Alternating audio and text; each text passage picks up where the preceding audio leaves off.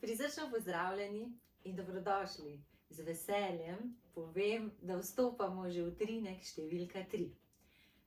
Ponovno z mano čudovita Ana Marija Mitić. Hvala lepa za to čudovito najavo strani čudovite dr. Rebeke Prislan. Zakaj sva z vami? Zato, ker v temi naših korakov, ki nas včasih lahko odanejo, je zelo koristno in lepo doživeti kakšen utrinek. Jaz jih jemljem kot dobre zvezdice vsega lepega, ker nam lahko včasih razbistrijo in razsvetlijo včasih pa ponudijo tisto roko upanja, ki jo na svoji poti potrebujemo. In ker so blagodejni za dušo in telo, in ker so vedno dobre ideje, kako zdaj naprej, kakšen je naslednji korak, že komaj čakam, da se skupaj potopiva v utrinek številka 3, predtem pa seveda povejva, da sva že potopljeni v Alefi svet. In ker verjamem, da vas zanima, kaj to vse je, te bom Rebeka kar vprašala. Kaj je Alefi svet? Alefi svet združuje različne metode sproščanja, ki nas vodijo k boljšem počutju, razne izdelke, da nam bogatijo tudi naš dom ali poslovni prostor, naš služben kotiček in pa seveda kozmetični izdelki, da tudi dovolimo, da naša koža sije z nami. In te imamo ženske kar nekako najraje, ker si rade nanudimo ne samo izdelke, ki plemenitijo našo lepoto, ampak tudi tiste nekaj trenutkov zase, nekaj trenutkov, ki so namenjeni res samo nam, našemu notranjemu miru in zunanji lepoti. Kaj čemo lepšega? Kot recimo, da se spustimo v utrinek številka 3. Bodiva danes kar konkretni in te bom kar prosila, da primeš ta svoj čudovit rokovnik in nam ga prebereš. Kako se glasi? Z veseljem. Osvetlitev poti. Po svoji poti hodi pogumno naprej. Verjemi in zaupaj si. Deluj iskreno, srčno in s toplino. Pred vsako novo odločitvijo si vzemi čas. Premisli in se šele na to odloči. Hodi po osvetljeni poti, ki ti prinaša blaginjo. Sprejmi toplino sončnih žarkov. Naj ti mogočni žarki osvetlijo tvojo pot in ti ogrejejo srce. Vztrajaj in ne pozabi, da nikoli nisi sam, sama. Ob tebi so ljudje, ki te imajo radi. Stopi vsakim korakom pogumneje naprej in se pri tem razvajaj z nasmehom.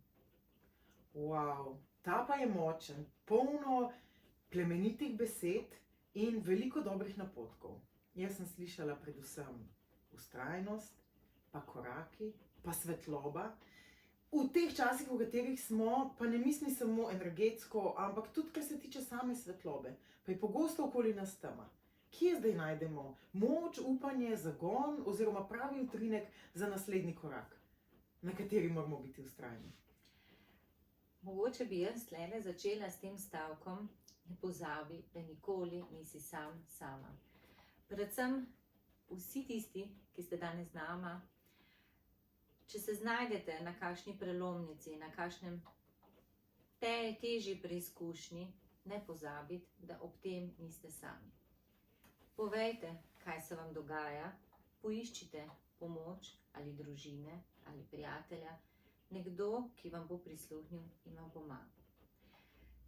Ker včasih se res zgodi, da lahko pridemo v neko situacijo, kjer imamo občutek, nihče me ne razume.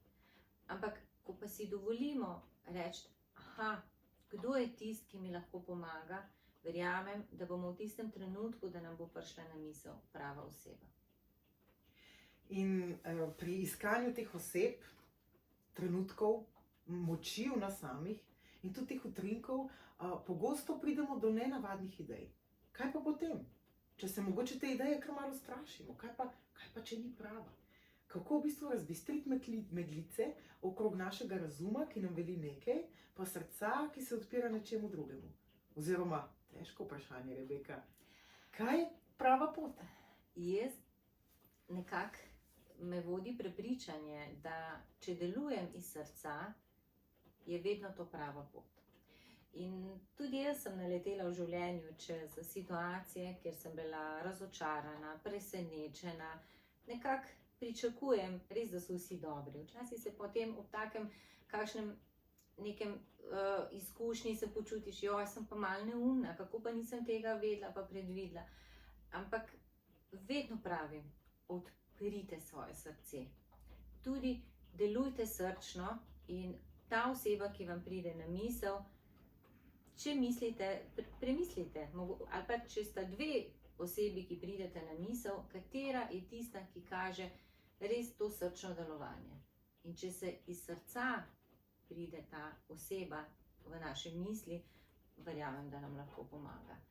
Je pa pomembno pri teh stvarih, prej ko sem začela razlagati, da tudi jaz sem bila kdaj razočarana, ampak nekako sem se odločila, da ne glede na to, da če me nekdo prizadel, sem rekla, ne bom zaprla svojega srca.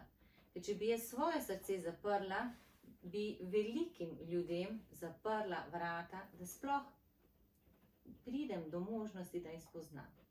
Če pa odprem srce, imam pa možnost veliko novega doživeti. Če pa bo kdaj tudi kakšna neprijetna izkušnja, bom pa tudi to takrat predelala. Odlično. Zelo, zelo dobra iztočnica za to, da se seveda ne slepimo v tem, da je pa vse lepo in dobro in potem, ko pa ni lepo, potem pa zopet, da dajmo hitro najti tisto lepo, dobro, svetlo, nasmejano in pozitivno, kar je v bistvu utopično, ne? No, tudi sama lahko priznam, da nisem vedno samo nasmejana in vesela in radoživa. Večkrat seveda ja, ampak ni nujno, da smo vsi enaki.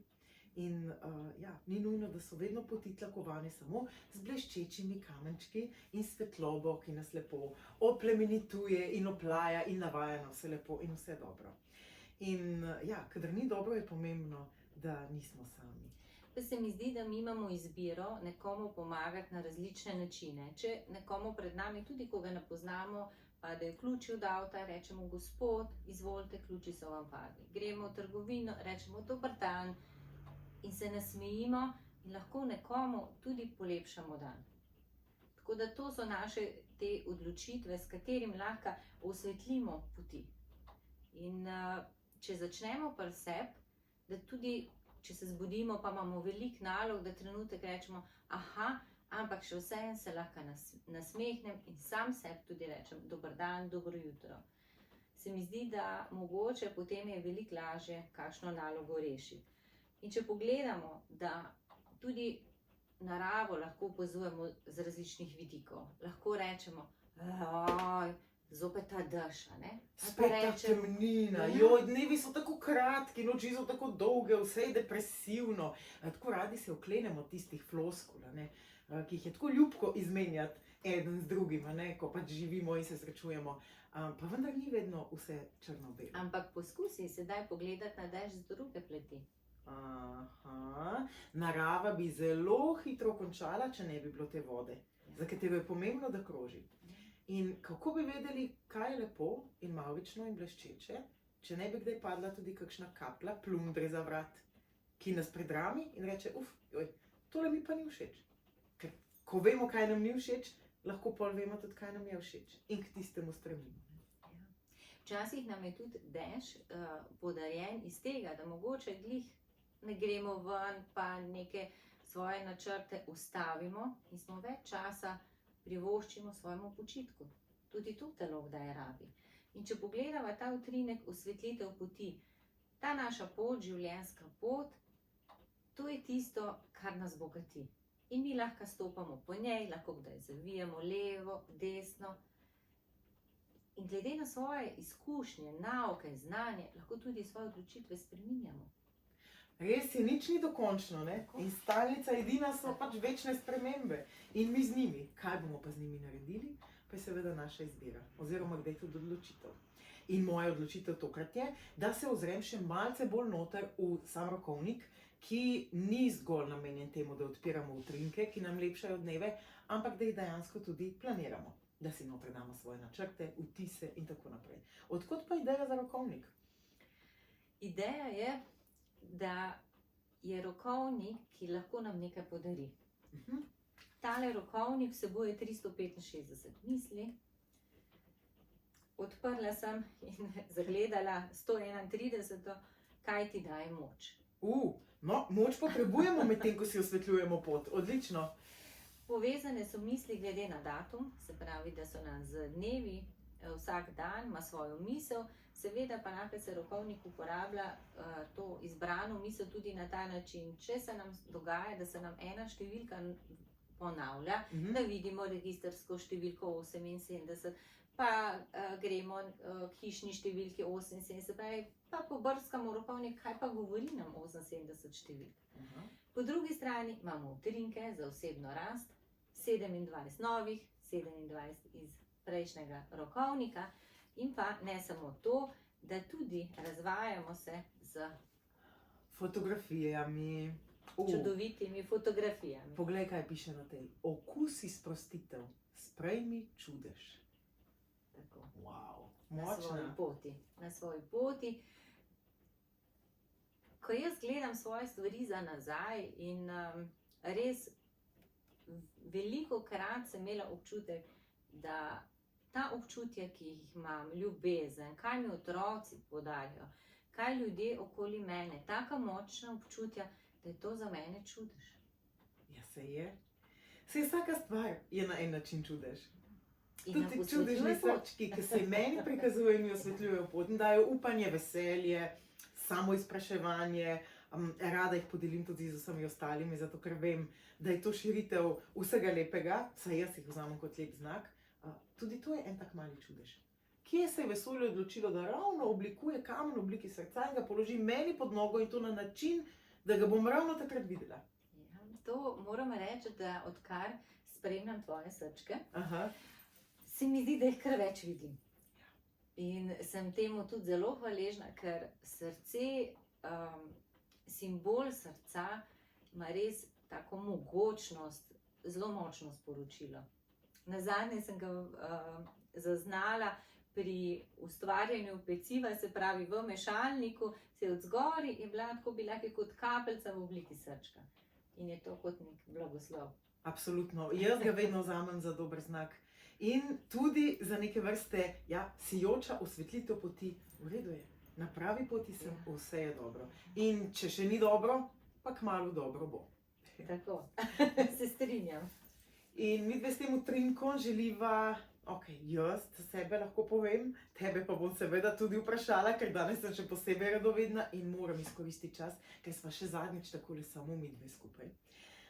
Jaz utrinke jemljem kot ene take blagodejne zvezdice, zvezdice, iskrice upanja, dobrih misli in vpogledov vase, hkrati pa priložnosti za notranjo umiritev in seveda sijanje tudi navzven. Ker že ta sekunda, dve, ko uspemo narediti vdih, izdih in ga polno čutiti, lahko naredim marsikakšno spremembo v celotnem poteku našega dne. Da pa ne bomo samo eterični, ker očitno sem danes tako lepo naravnana in navdahnjena, pa vprašam še tebe, kaj je smisel zdaj teh utrinkov? Da nam dajo s svojim znanjem, besedami, neko moč, upanje, da določene stvari, ki jih že počnemo in nam delajo dobro, se v njih dobro počutimo, peljemo naprej. Mogoče se pa ob kakem utrinku ustavimo in premislimo, kaj lahko naredim drugače, oziroma se tudi mogoče kdo najde v tem utrinku, jaz sem dal pa tudi to čez, oziroma jaz sem dala tudi to čez, da si pomagamo, da delimo zgodbe. Tako, kot si omenila, bomo kmalu delili še zgodbo. Naj ostane še malo skrivnostna. Seveda.